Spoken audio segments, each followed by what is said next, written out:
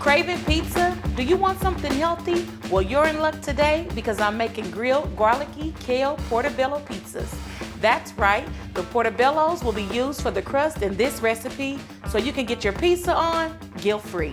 The ingredients needed are cooking spray, of course, chopped stem kale, garlic cloves, salt, pepper, large portobello mushroom caps, marinara sauce, and low moisture part skim mozzarella shredded cheese.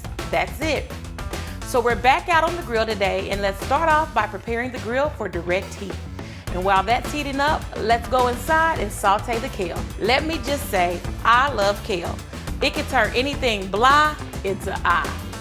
I have my fire on medium heat in a large skillet. Spray with some cooking spray first, add the kale. Cook and stir for a couple of minutes and then add the garlic and cook for a minute longer. The kale and the garlic alone smells amazing. Before we actually grill the mushrooms, we will need to spray them with some cooking spray so they don't stick to the rack, and also sprinkle with some salt and pepper to give them a little seasoning. Okay, place the mushroom gill side down, close the lid, and cook for 5 minutes. When the 5 minutes are up, turn them once and top with the remaining ingredients. First, the marinara sauce, the cheese, and lastly, the kale mixture.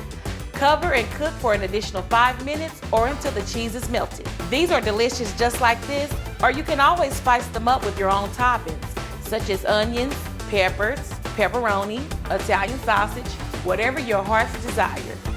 It's simple, it's healthy, it's cheesy, and it's also the perfect weeknight meal that your family and friends will all enjoy.